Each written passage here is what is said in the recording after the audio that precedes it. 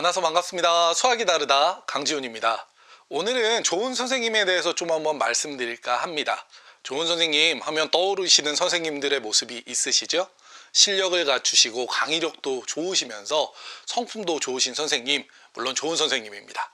그런데 우리가 실제로 만나는 선생님에 대해서 말씀드릴 때는 그렇게 추상적인 좋은 선생님이 아니라 구체적인 좋은 선생님으로 다가와야 된다들 생각하시죠?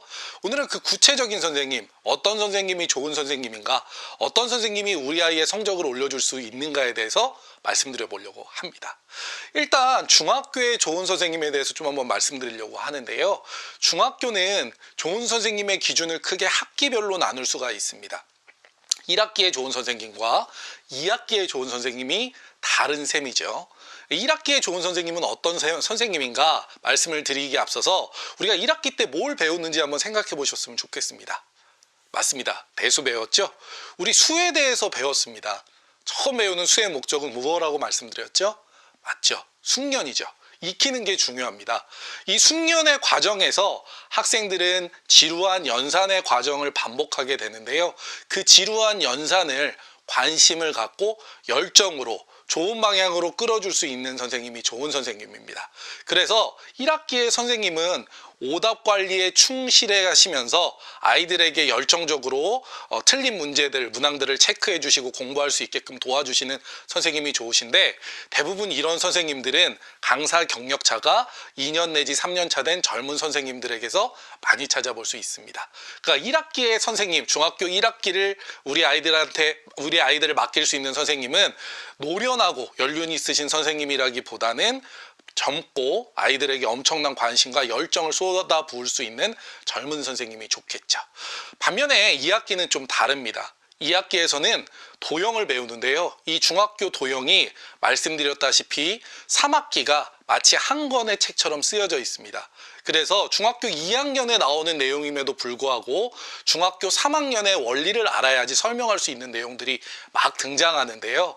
따라서 도형을 설명시키고 이해시킬 수 있는 충분한 역량을 갖고 계신 선생님이 중요합니다. 1학기 선생님이 열정만으로 충분히 하실 수 있다면 2학기의 선생님은 노련하면서도 중등 도형을 막 갖고 즐겁게 놀아볼 수 있는 그런 실력 있는 선생님이 중요하겠죠.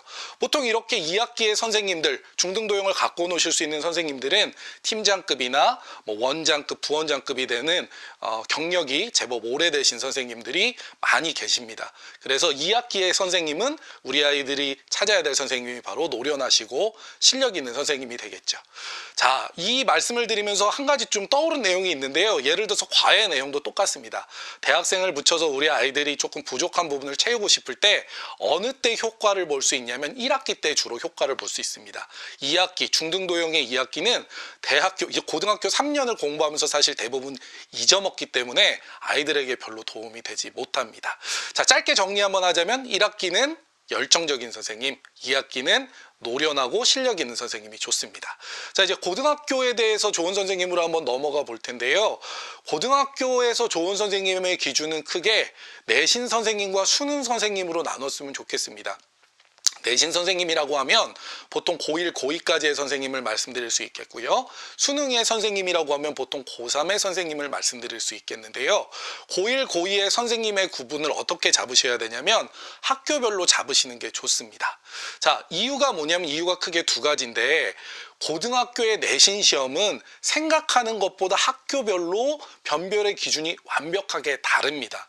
예를 들어서 대치동의 경우를 한번 살펴본다면 H고 같은 고등학교는 문제 자체의 난이도를 통해서 학생들을 구별합니다. 즉 어려운 문제를 출제하고 이 문제를 풀 수 있으면 좋은 등수로 올라가게 되고 못 풀게 되면 사실은 중간이나 낮은 등수를 갖게 되는 것이죠.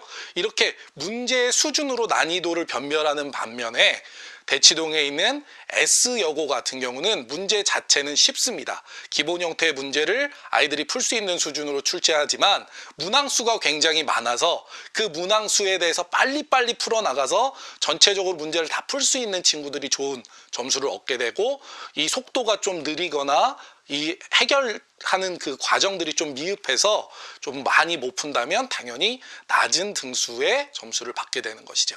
기억하실 건 뭐냐면요. 고등학교별로 이렇게 변별의 기준을 달리 운영하고 있다는 겁니다. 따라서 이 학교에 맞게끔 특화되어져 있는 선생님이 계신지 찾아보시는 게 중요합니다. 그러니까 대부분은 학교 앞에 보통 가면 그 학교에 대해서만 내신하는 선생님들이 계신데 그런 학원들의 선생님들이 사실 내신을 잘해 주시는 경우를 자주 볼 수가 있습니다. 왜? 학교에 특화돼서 준비됐기 때문이죠.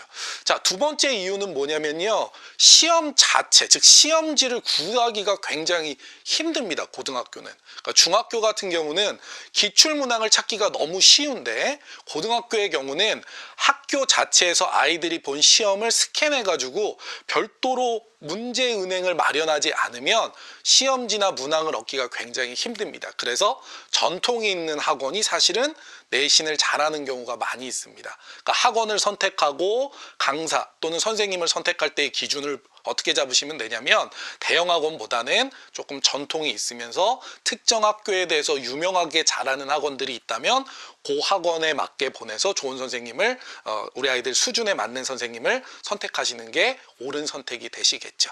자, 수능의 경우는요. 지금 조금 달라지는데 매번 조금 달라지는데 최상위권의 경우는 영역별로 선생님을 좀 구분 지어서 수업을 듣습니다. 그러니까 한 선생님한테 쭉 1년을 듣지 않고요. 보통은 특정한 분야, 예를 들어서 미적분에 누가 유명하다. 그럼 미적분 수업은 그 선생님한테 듣고 뭐 기하 관련된 수업은 뭐 D학원의 L 선생님이 유명하다. 그러면 그 선생님한테 들으면서 아이들이 실력을 최고치로 끌어올리는 거죠. 물론 이런 수능에 대해서 말씀드릴 때 전제가 있습니다. 최상위권의 얘기죠. 기본이 안 됐을 때는 사실은 그렇게 유명한 선생님을 따라가서 배우는 게 의미적으로 좀 적을 수 있더라. 그러니까 우리 아이가 굉장히 잘한다면 정보력을 동원해서 좋은 선생님을 찾아보시면 되고요. 그렇지 않다면 일단 잘할 수 있는 수준까지 단단하게 만들어 주실 수 있는 한 선생님 밑에서 오랫동안 배우는 게 좋겠죠. 자, 이렇게 좋은 선생님에 대해서 제 나름의 정의를 말씀드렸습니다. 다시 한번 정리해 보자면요. 중학교는 학기로 나눌 수가 있고요. 그렇게 나누는 이유는 무엇 때문이다? 배우는 내용, 배우는 목차에 따라서, 과정에 따라서 우리가 1학기와 2학기로 구별할 수 있다고 말씀드렸습니다. 고등학교 1학기, 2학기 내신의 경우는 학교별로 문제 변별력이 다르기 때문에 좋은 선생님, 그 학교를 특별히 잘하는 학원을 찾아서 공부하시는 게 좋다고 말씀드렸고요. 수능의 경우는 최상위권의 경우는 바꿔가면서 듣는다. 그렇지 않고 최상위권이 아니라면 한 선생님한테 꾸준하게 약점 부분을 채워서 일단 실력을 올린다. 이렇게 계획하시면 되겠습니다. 자, 오늘 이렇게 어떤 선생님이 좋은가에 대해서 좀 말씀을 드렸고요. 이제는 좀 다 아실 것 같은데요. 지식이 곧 뭔가요? 네, 맞습니다. 지식이 곧 실력이죠. 지금까지 수다하는 선생님 강지훈이었습니다.